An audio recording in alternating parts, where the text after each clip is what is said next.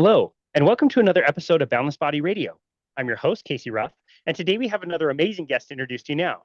Lily Nichols is a registered dietitian and nutritionist, certified diabetes educator, researcher, and author with a passion for evidence-based prenatal nutrition.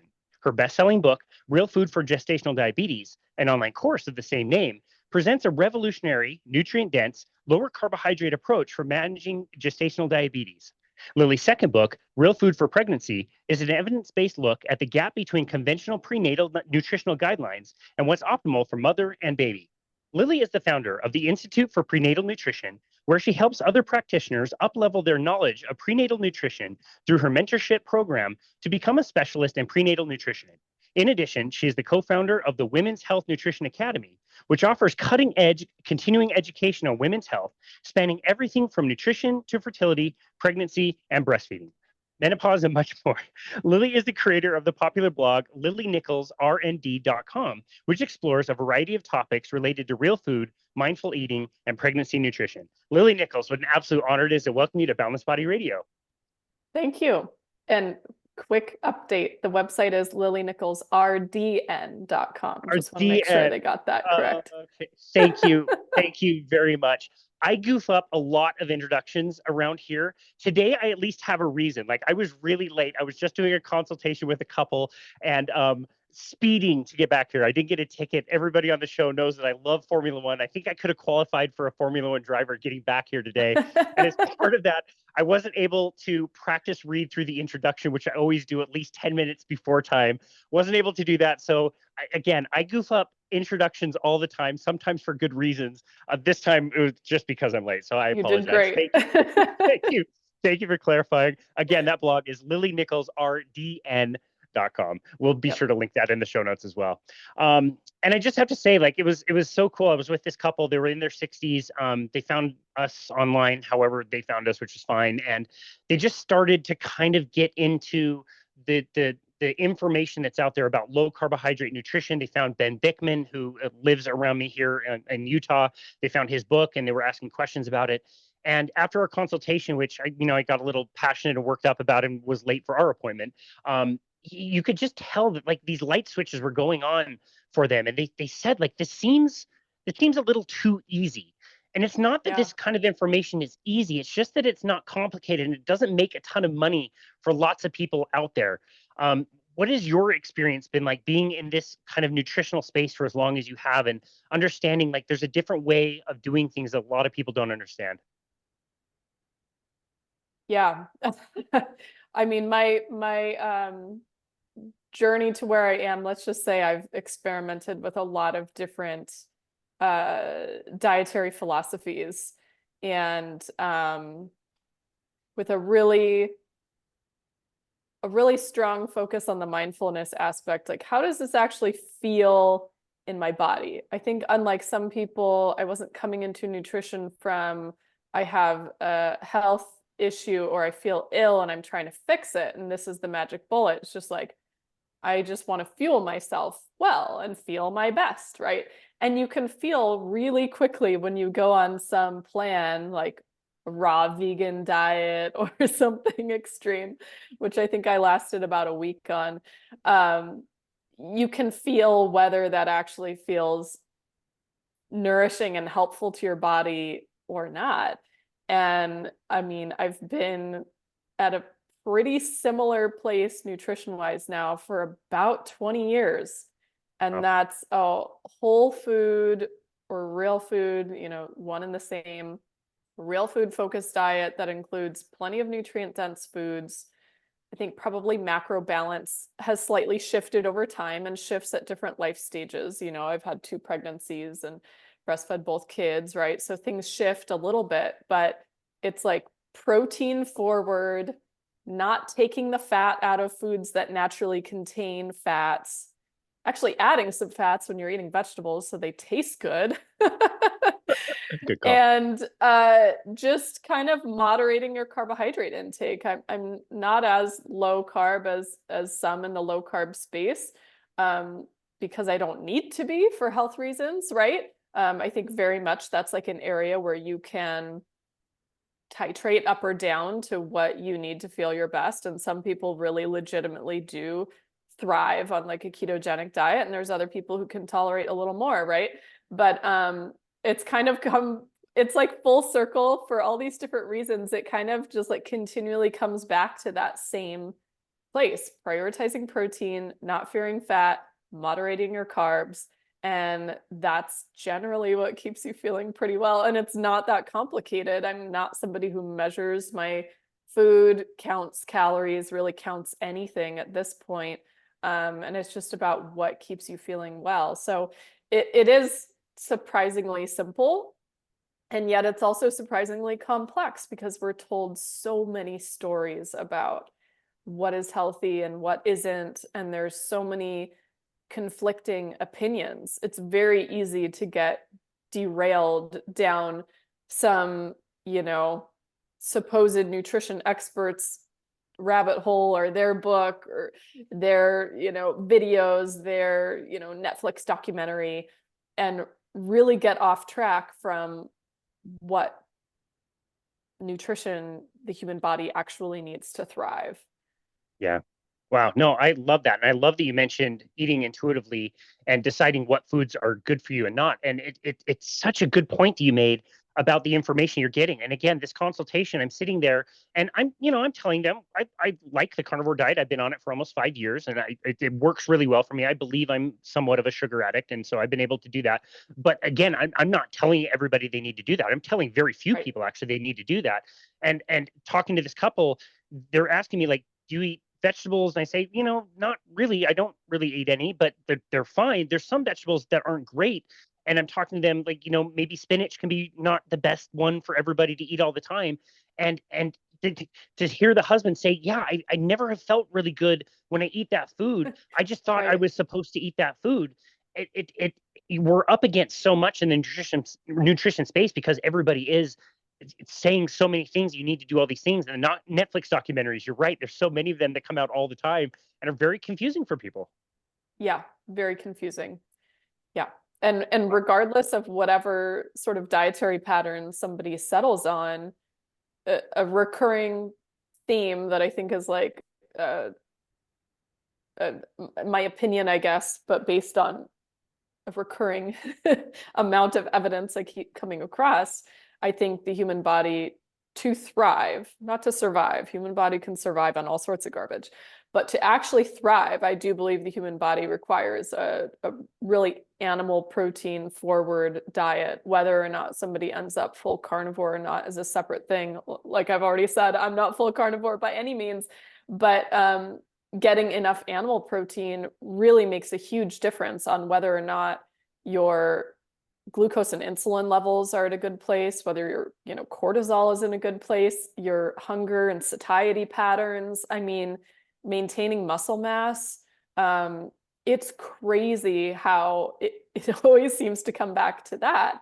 And yet, because our dietary policies have been so anti-saturated fat and cholesterol for so many years, and now overtly anti-animal foods for other reasons, in addition to those two already debunked myths, you have people really fearful of consuming animal sourced foods of any kind. Now it's not just meat or egg yolks. Now it's like everything, like animal protein across the whole, people are avoiding. And then they don't understand why they're feeling hungrier and sicker and having lower energy levels, and they can't put on muscle mass, and they don't have the energy to work out or whatever. And it's like, it does keep coming back to that, ironically. Yep.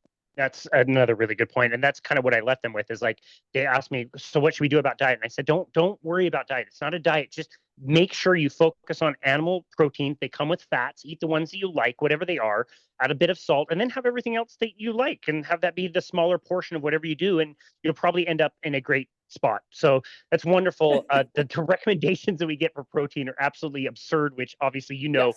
a lot about. They're terrible. And you have such an interesting story. I love your personal story because the story we normally hear is somebody wanted to be a dietitian. They went to dietetic school. They practiced for 10, 20 years. It wasn't working. They found a different alternative way to kind of do things, and they maybe changed or maybe they didn't.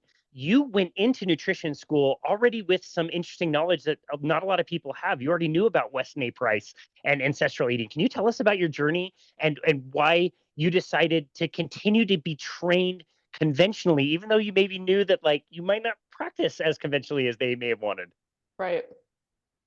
Yeah, well, I mean, I grew up in a family that, I mean, they believed a lot of nutrition myths that have now been thankfully debunked, but nonetheless, they were we were a health conscious household. So there was always a discussion about how food made you feel, and sort of using food as medicine. So that concept really fascinated me from a young age. And so by the time I was a teenager, I was like, I think I want to study nutrition. This is really interesting. And if I go way back, I actually interned with a nutritionist, not at RD, when I was in high school. And at the time, I was vegetarian, actually, fairly recent vegetarian convert, but I was vegetarian nonetheless, and actually not feeling that great, but like telling myself I felt fine, right? You can get away with a lot when you're young. Right. And she was the one who introduced me to Weston Price, very gently, but like, hey, you might want to check out this book, Nourishing Traditions, by Sally Fallon. You know, I have a lot of clients who really do actually need more animal protein. Some of them really do need meat to heal. And she was dealing with clients with very complex health issues. And so that book really opened the doors to like, whoa, this whole concept of ancestral eating patterns and not fearing fat, not fearing animal protein or animal foods. Maybe soy isn't the best thing ever. And so that led me to, Dr. Price's original work, Nutrition and Physical Degeneration, which is like a, early 1900s text. It's like kind of funny to read because just the tone of it is so not PC at It's all. different. It's different. Yeah, it's just the sign of the times, right? But he traveled the world and, documented dietary patterns and health issues and the dental health of different cultures. And that really seemed that was definitely very interesting to me. So pretty much overnight, I like stopped being vegetarian, and dramatically, I think it started gradually, right? These changes like take time. So it was sort of a gradual, like, okay, it's okay to put butter on my bread again, and like, don't fear the yolks, and cheese is okay, and chicken with the skin is fine. I don't have to throw away the skin, like little things like that over time. But it certainly just, again, like colored the lens through which I saw nutrition, science. And so, I mean, I kind of knew going into a university program on nutrition. I don't know that I knew all the differences with like nutritionists and dietetics and the just constant battle between the two professions. But I did know that I'd probably have textbooks that were written with the intent of supporting the, government dietary guidelines. So I didn't take everything that I learned as this is true. I took it as, okay, this is the opinion of the people who wrote the textbooks who are somehow financially related to the people who wrote the guidelines. And so I like had that understanding of the system as a whole as I went through it. And I think that was certainly different from my peers. I remember us doing, a dietary recall nutrient analysis assignment, and you look at your macronutrient ratios, and my calories were like something like 50 or 60% calories from fat. And people were like astounded. You have to understand, like, a lot of people who study nutrition, they get into it because of their own body dysmorphia and eating disorder. Like, seriously, it's very sad, Oh yeah. but it is what it is. So Yep. I have been very fortunate to not have struggled with that, but I, looked like a pretty healthy person. And here I was eating all this fat. I mean, my professors were like, oh, I was like, I don't know what to tell you when I don't eat more fat, like I don't feel well. So I'm not going to reduce this, but like, thanks for your feedback. Right. So I know I'm kind of going on a tangent, but I really used my education, my time in university to get access to research articles. You know, when you're a student, you can access anything. So like, okay, this book is saying this, is it true? I'm going to research vitamin D. I'm going to research vitamin K2. At the time, there was like almost no research on vitamin K2. I'm going to research phytic acid and fermenting grains. And does that have any difference? And I'm going to research how this guideline was set for whatever. And so that I kind of used my education as like a springboard for further exploration rather than just like an indoctrination camp, which is really, I think, what it ends up being for a lot of professionals. When it came to whether or not I wanted to continue and actually get my credential, it was like, well, I've already done all this work. If you want people to take you seriously, having letters behind your name is helpful. And you can be a change maker, you know, after the fact. So there was a lot of like smiling and nodding, a little bit of, you know, pushing back on some things. I certainly didn't get the best grades on some of my projects on, you know, Splenda being toxic and stuff like that. But, you know, I think I kind of approached it a little more playfully. So yeah, by the time I was in the field, I mean, yeah, I already knew a lot beyond what just the guidelines are. And I Yeah. think it's actually almost helpful in a way to come at it go through the conventional lens, because you see where the box is and you see where the guidelines are incorrect. And so it's kind of funny that my work is still like educating people about how guidelines are not always based on the most solid evidence, and yet it takes this like abundance of additional data in order for us to change them. Yeah. It's pretty frustrating, but you know, it is what it is. You can follow whichever guidelines or not that you want to, you know, you have your own free will. So I'm here kind of like helping the people who want to kind of look beyond those and, you know, do their best for optimal health, whether that's for pregnancy, fertility, postpartum, really focusing on the women's health aspect. Yeah, I have so much respect for that. I think that's amazing. And you're right. Like as a nutrition coach, I have a stupid piece of paper that says that I know a thing or two about, you know, some nutrients, but I don't have the same kind of effect that you do. And you're right, the letters behind the name are really important. And it's also really critical for us to have, you know, knowledgeable people in the medical world who can also help with other things. And that you were able to do your dietitian course and get certified in that and graduate with that is amazing. I have so much respect for that. You mentioned Weston A. Price and how influential he was. To my understanding, he was also trying to find something that probably you were trying to find, that there was a culture somewhere that was healthy and thriving on a plant-based diet, and he was not able to find that as much. Whether they ate more plants or less plants, all of them had to have some type of fats and proteins. I'm not sure. Do you follow Dr. Chris Kenobi? I do, Have you, yeah. okay, so he wrote the Ancestral Diet Revolution, and he just returned from a trip to the South Pacific with Suze Alexander, who is his co-host in that book. And they visited some of these tribes that are still living as ancestrally as possible. And he visited a tribe that was eating primarily sweet potatoes, and he visited another tribe that was eating fish and coconut oil and other things. It was a much higher fat diet. He said both populations were very, very healthy. They were able to work really hard and do, you know, very hard hikes at elevation.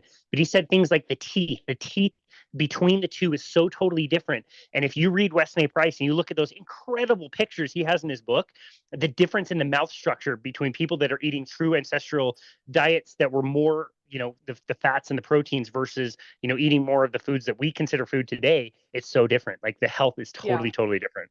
yeah, absolutely. And some of those foods are the specific nutrient dense ones, which almost all by default are animal foods, are actually emphasized at certain periods of time, particularly before a couple is married and expected to have babies, and also while a woman is pregnant and postpartum recovering from birth. They really emphasize those nutrient dense foods for, you know, optimal egg and sperm quality, optimal conception rates, you know, reducing the risk of pregnancy complications or birth defects. You have to think, like, at the time, we hadn't even named some of our nutrients. I mean, arguably there's still nutrients that haven't been named, but we hadn't named all the vitamins. We didn't know folic acid. We didn't know vitamin B12. We hadn't isolated like iron supplements at the time. And so there was no insurance policy. It was either you were well nourished enough with all the things you needed to grow a healthy baby, or you weren't. And the consequences are dire. It's like survival of the fittest. It was like, that was the era. Now we have prenatal vitamins and fortified foods and supplements and things that can kind of like be a fallback when the diet is not optimal. But in these communities, if you wanted your community to thrive and be healthy enough, I mean, you need healthy offspring to be able to gather food and cook and, you know, be a productive member of your community. I don't want to sound like mean or dismissive or ableist. It was just, this was the time of survival of the fittest. It's very different than modern society. And I think that's why that work is just so fascinating, especially to me, because now I can look at like modern nutrition studies where they're like, okay, we have this group of women consuming this amount of choline and this group of women consuming this amount of choline, and what are the brain development outcomes of their babies? Like, now we can see some of the reasons why those observations may have held true, but with the specifics of, oh, it may have been that this nutrient and this one were playing a role here, and that the consequence of deficiency is XYZ, like precisely the problems that you'd see in communities who had swayed from their traditional diet. Yeah. No, that's such a good point. And you're such an expert in this field. And I'm so excited to talk to you today about your new book, which we are going to drop this episode on the day of the release of your new book, which is amazing, all about fertility, which is a huge issue.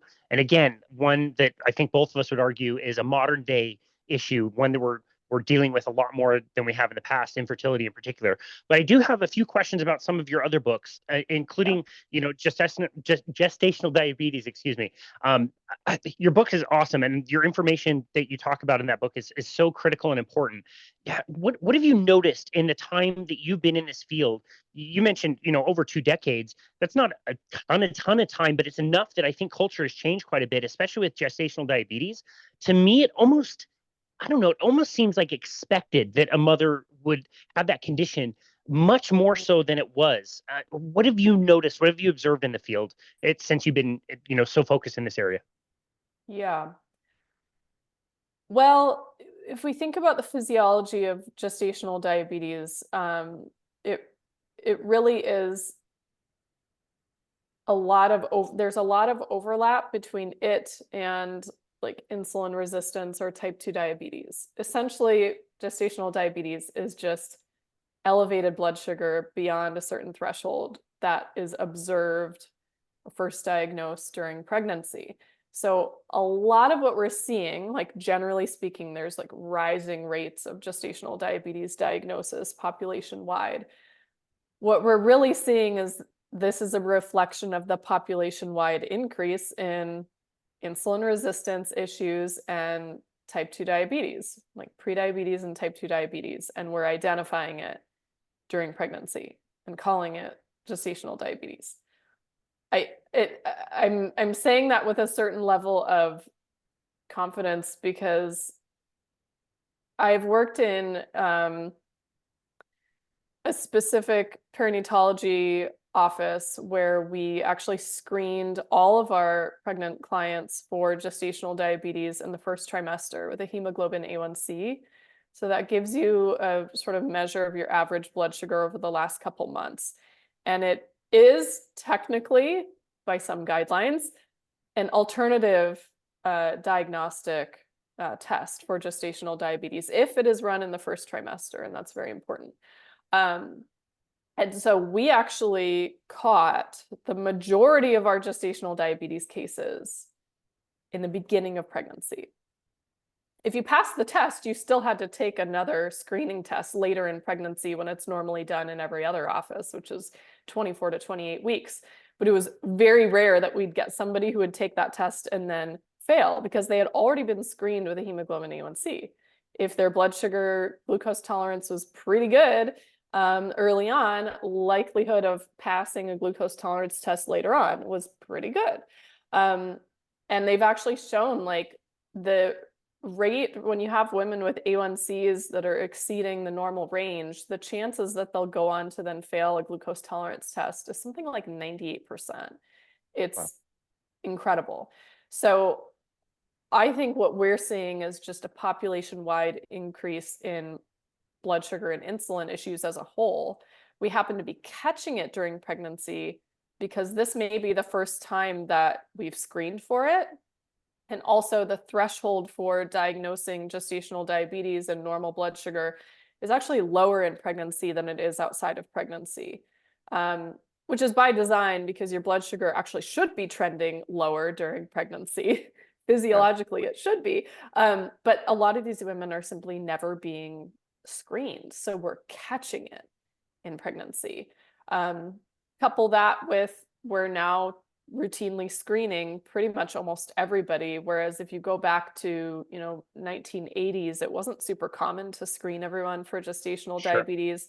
That really came in the 90s. So of course that also comes into play. We weren't catching it before, but you just look at the population-wide trends on diabetes diagnosis, and it's just gone up dramatically in the last 30, 40, 50 years. So it makes sense that we're seeing more gestational diabetes as well. Interesting. It sounds very multifactorial, where it's like it could be a definition problem, the way we're defining it. It could be our diagnostic tools. You mentioned the glucose tolerance test, which I think we both have certain opinions on the utility of doing that versus other ways of measuring blood sugar or Yeah. diagnosing that. And it could be that we're better at screening for it.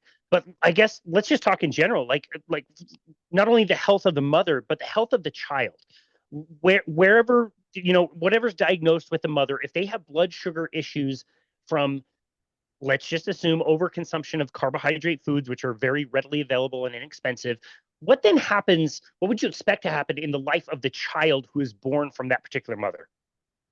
Yeah. So the potential detrimental effects of elevated blood sugar during pregnancy, again, like above that certain threshold, because there's a linear relationship between the risks of adverse outcomes in the baby and average maternal blood sugar levels.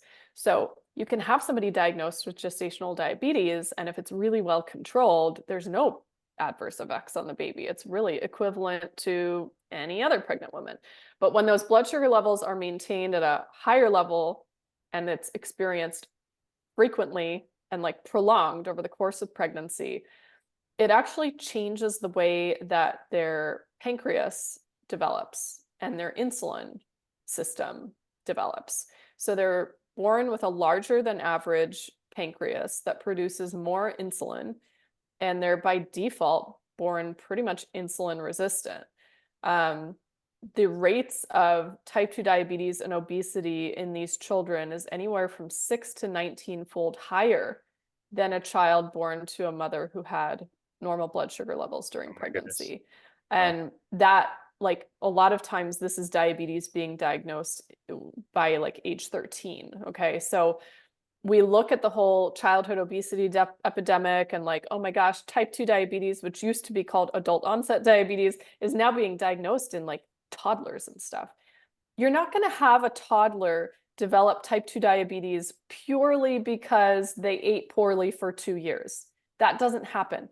There is an imprinting there. Something is not functional in their pancreas and glucose regulation system, their metabolism, their mitochondria, and that is really inborn. You could think of it as hereditary, but it's actually more likely that it's epigenetics. The expression of that child's genes that impact the function of the pancreas, the release of insulin, glucose disposal, and all of that has been pre-programmed in utero. Arguably, you can go back preconception as well if we want to take it full circle. It goes all the way back to egg and sperm quality. You inherit your mitochondria from your mother, actually. So it's your mother's metabolic health that is most expressed in you. And that goes back to preconception, okay? That is actually influencing your health, your future risk for disease. So sometimes when you see, some of these families where it's like the whole family is very heavy, it's like, yes, this has something to do with what the family is eating, but for their offspring, it is also that there was an imprinting, there was an epigenetic kind of coding for really dysfunctional insulin, glucose metabolism, dysfunctional like mitochondrial function, like their bodies cannot utilize energy in the way that is optimal for a healthy human being.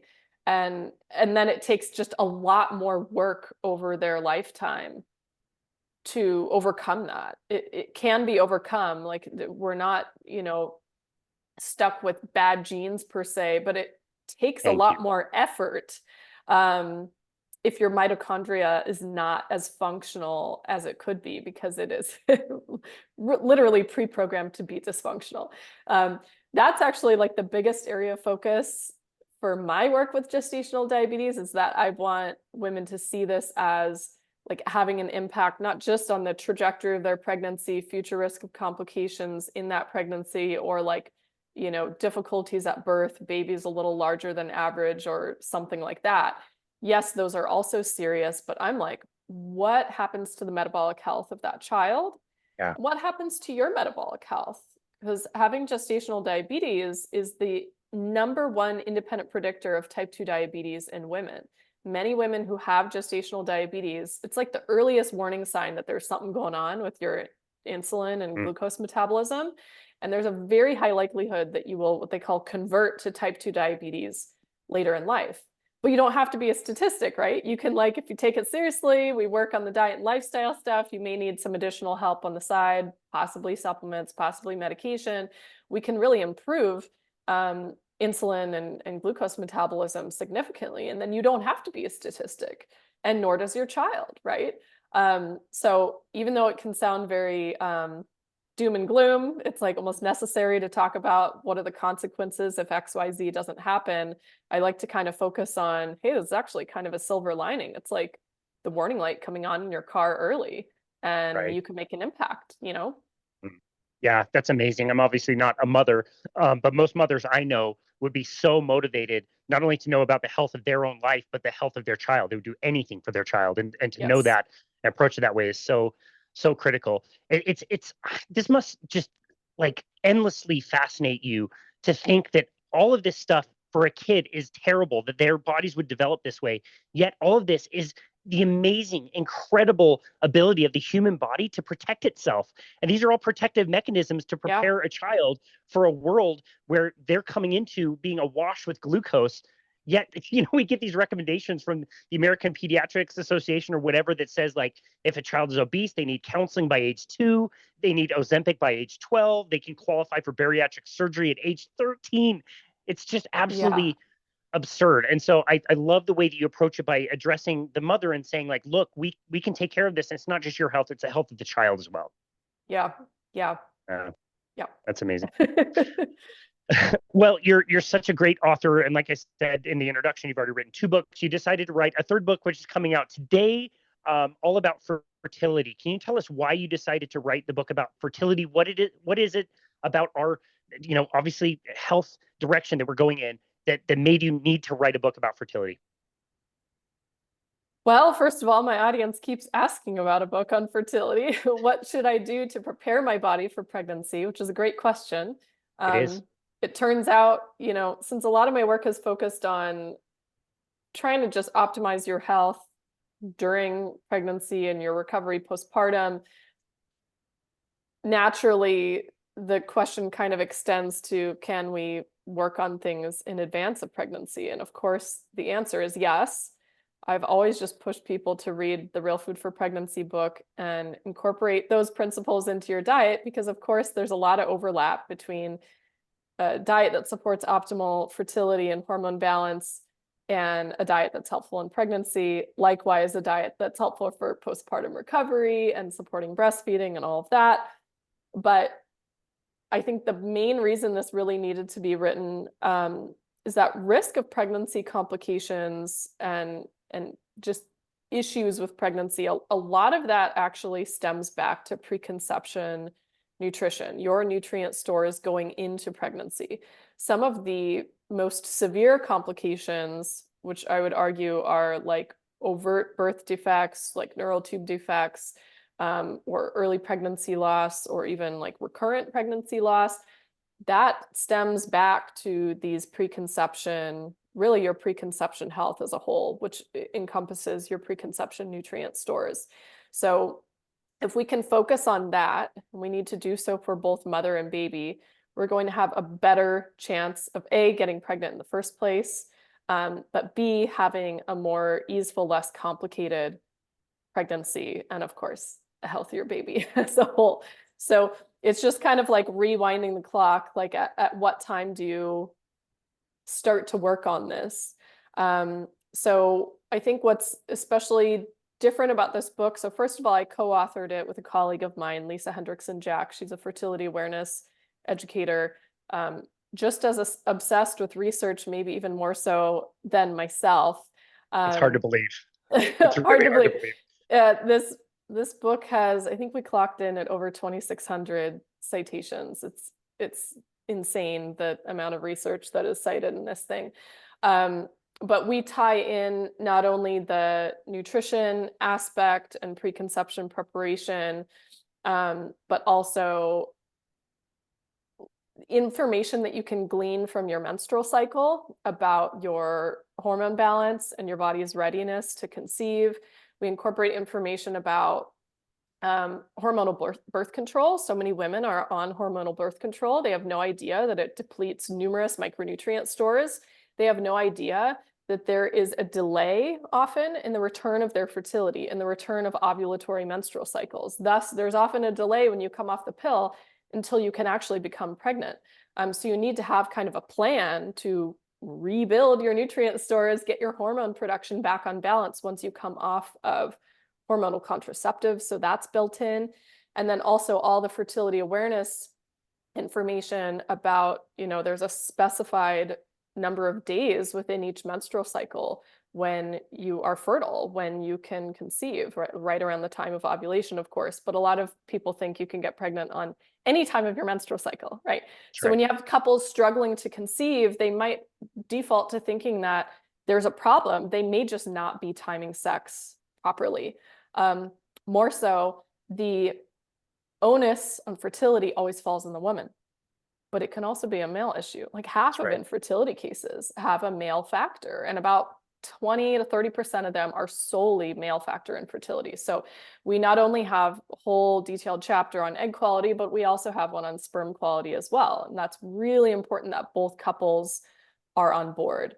And then if there are some specific fertility challenges, we have nutritional and lifestyle strategies for all of those as well. So there's a whole chapter on PCOS. There's a whole chapter on hypothalamic amenorrhea. We have a chapter on all sorts of other fertility issues that can, lower your chances of conception or delay conception, and tips to optimize that. So it really is, even though maybe at the core of it, a lot of the nutritional principles overlap with all the stuff that I've already been talking about, because arguably a diet that's optimal for human health is also optimal for fertility. However, the specifics of it really are very, very different in this book. So I do hope that it becomes a really helpful resource, both for couples who are, looking to conceive, but also to healthcare practitioners as well. Yeah, I'm sure it will, knowing the work you've done in the past is going to be an amazing book, and I'm so excited to get my hands on it. I'm glad that you have gone in a direction that includes obviously a lot of information about nutrition, and that's what this conversation is going to be mostly about. But there's other things involved, and so as you were researching this book, what things surprised you that you learned as far as non-nutrition related type lifestyle practices that are hindering our ability to be as fertile as we want? Non-nutrition ones. I would say, I don't know that it's surprising because it makes sense, right? Yeah, good point. But, our sleep cycles and circadian rhythm, exposure to light, specific types of light at different times of day, having excessive blue light exposure at night, for example, can completely shut down your melatonin production. You need that endogenous melatonin production to protect egg and sperm quality. Not sleeping enough has such a big impact on your body's function, messes up your liver function. Like your liver is a major site of hormone metabolism in your body. You don't get that regenerative sleep. I mean, just think of how you feel when you're so depleted and sleep deprived versus when you get a good night of sleep. Any parent knows the difference. Or anybody who's in a really stressful career knows the difference. I would say the impact of exercise is kind of an interesting one because there is I would say like a Goldilocks amount of exercise. We all see exercise as a positive thing, and arguably, I think for men have a little more wiggle room in how much exercise they can tolerate. Although if you go super excessive, like endurance runners, their sperm quality is actually lower.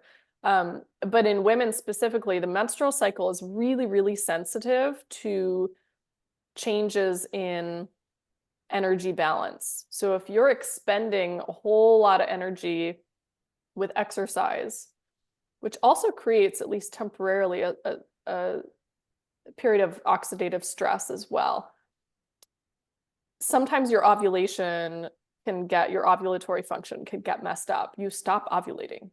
That's hypothalamic amenorrhea. Even when you get, energy balance like 25% below what your body requires, your body starts ramping down ovulatory function. You start getting dysfunctional menstrual cycles, shorter luteal phase, maybe you stop ovulating, and ultimately you might stop bleeding entirely. And so there's a Goldilocks amount of exercise that's right. For the super active women, sometimes they need to like pare it down a little bit, and or also eat a lot more. And then on the flip side, you have women with, polycystic ovarian syndrome, where movement actually is really beneficial because their issue often involves excessive insulin levels and high levels of insulin resistance. So they need exercise, especially resistance exercise, weight-bearing exercise, to increase glucose disposal and improve their metabolic function. And so like the advice on exercise is very, it really depends on the situation, but I think I guess I was a little more surprised to see, I don't know, surprised, because I knew a lot about hypothalamic amenorrhea already, but I think I was surprised at how sensitive really the menstrual cycle is to excess exercise in a particular subset of women. There does seem to be some women who are really quite sensitive to doing too much. So sometimes what seems like a beneficial health practice, more is not always better for every person, right? And so that was definitely a recurring theme in working on this book. Well, Lily, I'm not sure if you know this, but we're not really good at Goldilocks kind of sensing in our world. I wonder about this all the time. We talk about all these wonderful beneficial practices. Fasting is awesome. Saunas and heat exposure is really awesome. Cold exposure is really great. Activity and movement and exercise is really great.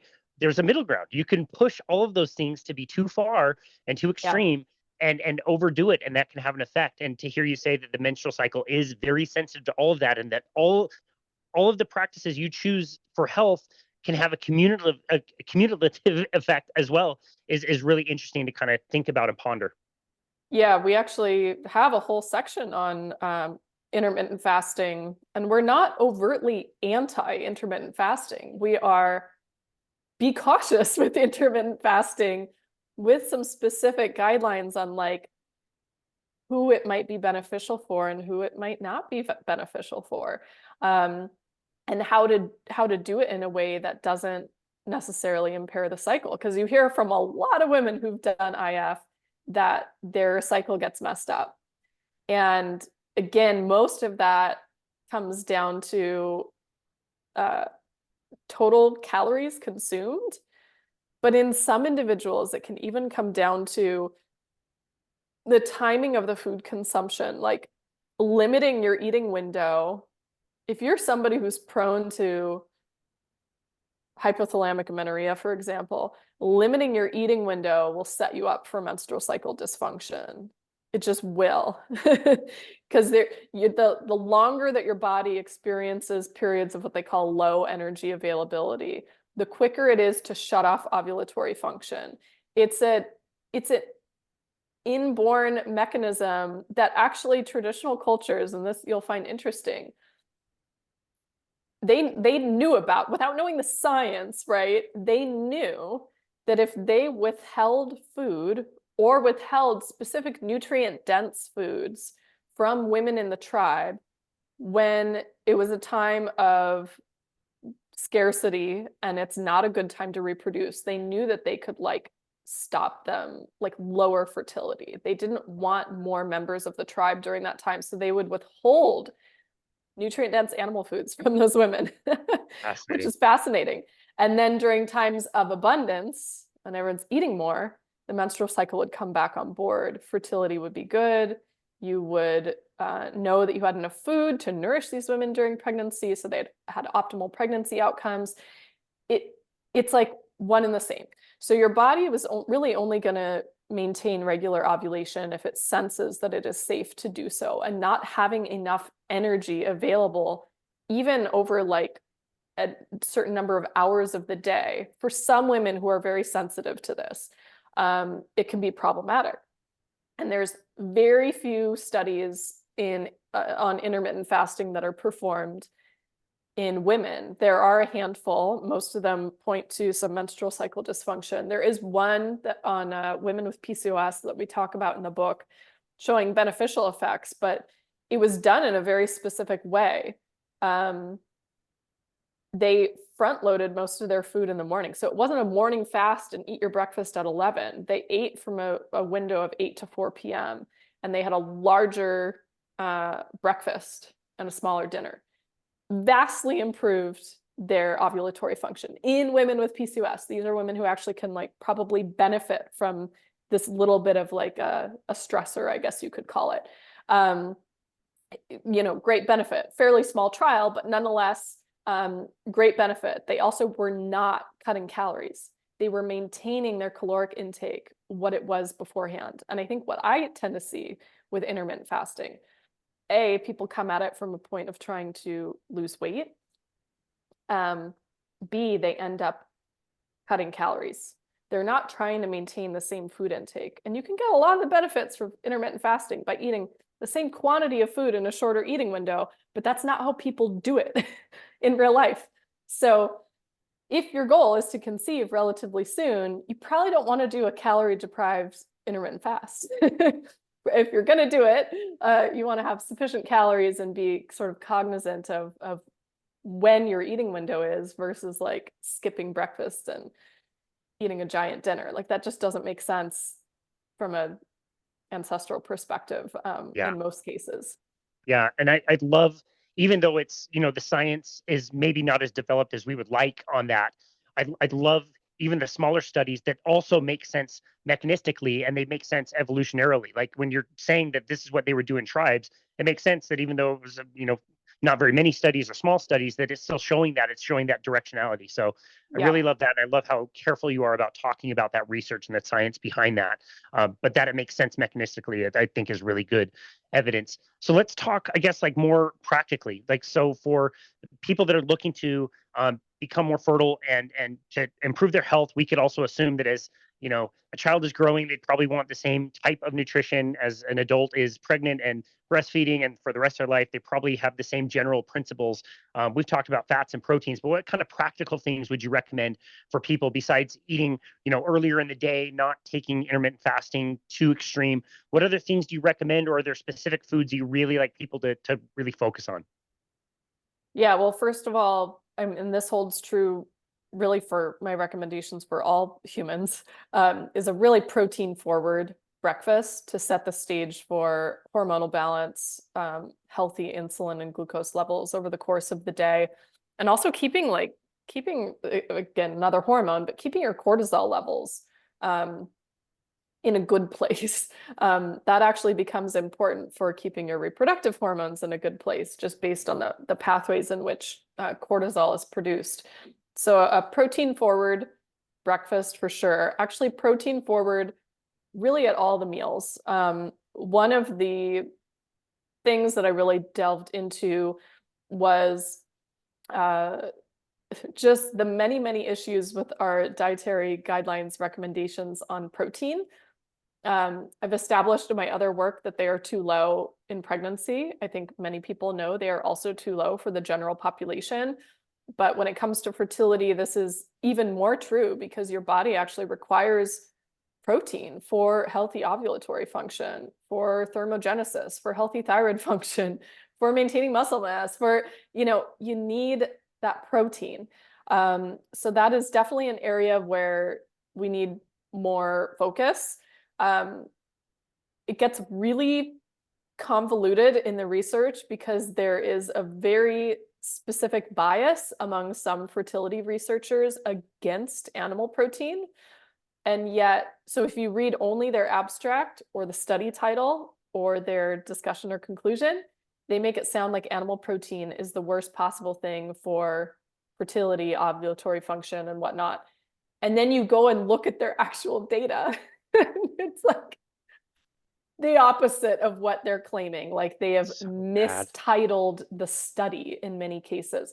So I actually include a whole chapter in this book on the issues of the vegetarian diet. And in that chapter, I have a section on like whether meat is harmful to fertility or not. You can gather from my food recommendations that it's not, because I'm very forward on animal source proteins, but nonetheless, people have heard that message so strongly that it takes a little bit of unpacking.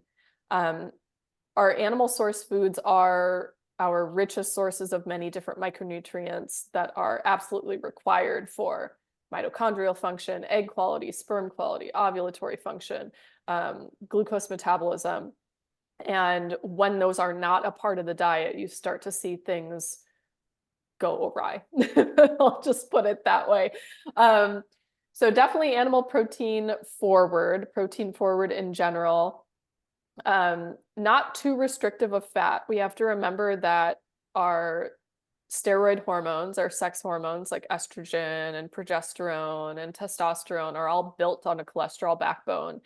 And if you restrict the diet too much in fat, you see declines in those hormone levels. In women, you see significant drops in estrogen and progesterone levels. In men, you see significant drops in testosterone levels when fat intake is too low.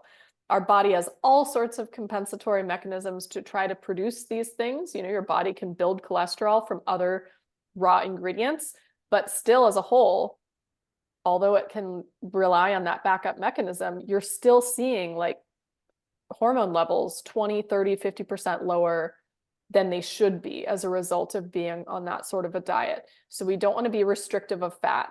When it comes to your carbohydrate foods, quality is everything. We have some pretty large studies, like encompassing over 18,000 women, and the women who have the highest rates of ovulatory dysfunction, so things like PCOS, they're not ovulating. Those are the women who are consuming the highest quantities of refined carbohydrates. So these are just empty calories, okay? It's the foods made from refined sugars and refined white flour. I would arguably include white rice in there as well. These refined carbohydrates they're really just filler foods. They don't really have enough micronutrients to support us. So focusing on carbohydrate quality is absolutely key. And again, like my other work, like carbohydrate intake, probably more so than any of the other nutrients, does need to be titrated depending on your personal tolerance, because some women do excellent on a low carb diet for their fertility, and other women need a little bit more, particularly women who are very active often need more. And some of that is because when you go low carb, your appetite can be slightly suppressed, and you also are burning more calories. So you actually have to eat even more food. So if you're struggling to get enough calories in to compensate for your workouts, you might actually just benefit from bumping up the carbs a little bit. But quality, right? So whole fruits, vegetables, like your root vegetables, starches are great. If you're consuming grains, fermented, sprouted, sourdough type grains are great. But we need to be focusing on quality more than these cheap convenience foods. That's like Yeah. just a major, major issue. Yeah. I love all of that. And I think that's fantastic. It's a tricky kind of spot that I tend to find myself in where I practice a carnivore diet. I'm a coach for a carnivore diet. I find that the kind of, I don't know, the group of people that the carnivore diet doesn't work great for all the time is menstruating women. I think they do much better on carb cycling and doing different strategies than just a carnivore diet, especially a very strict one. I think men tend to do a little better. I think postmenopausal women tend to do a little bit better, but I don't see that's the best diet for most women who are cycling. There are Yeah. women out there that I know of that are, for one reason or another, they have to do a carnivore diet because they have mental issues or they have skin problems or they have digestive issues. And they have to, at the very least, be cautious of which plants they're including in the diet, which carbohydrates they're including in the diet. Certainly, like you said, quality is such a big thing. What concerns would you have for women who are cycling and menstruating? Would you have being on a carnivore diet? If they are going to do a carnivore diet, what would you want to see? I think you've already answered the question based on your last answer, but what would be your concern? Yeah, I would make sure, I would try to understand the rationale for being on a carnivore diet. We're assuming that there is a rationale and it's decided this is the best dietary pattern for them. So if that is truly the case, and you're talking only animal foods, we have to, although I'm all pro protein, it's great for us, it's very satiating. So I think the challenge that you can run into with a strict carnivore diet is not consuming enough calories. Yeah. And that's where you'll start to see menstrual cycle dysfunction.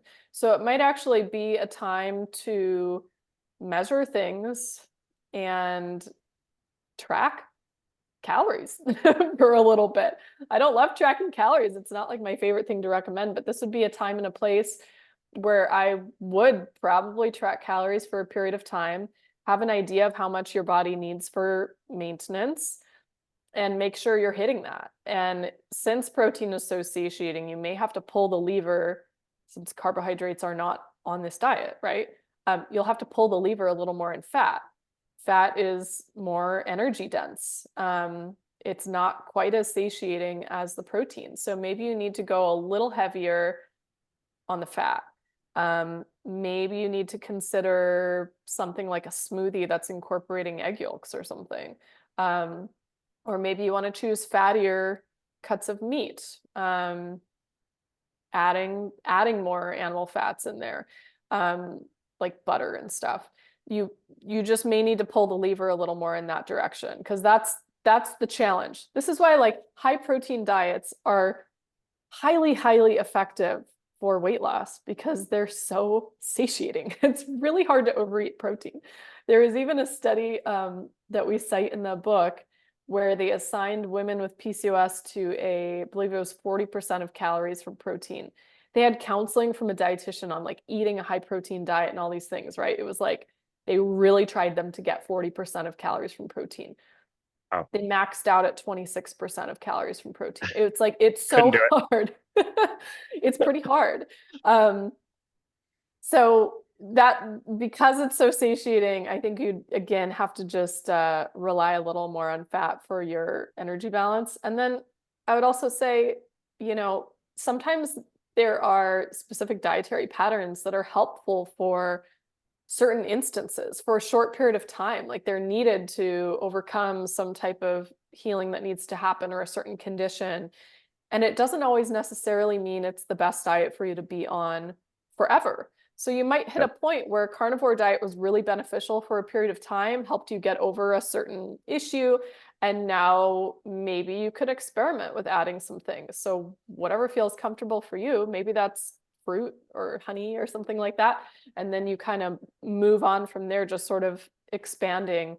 At the end of the day, I mean, although animal foods are no doubt the most nutrient dense, there's still a place for variety. There are some That's right. specific nutrients in some of these foods that can be a little challenging to get. And actually, if I can add on for a minute, they might want to consider adding in a little seafood. Okay. We have to think about some of these very important micronutrients for fertility. I'm going to throw out iodine as one of them. Iodine is highly concentrated in seafood.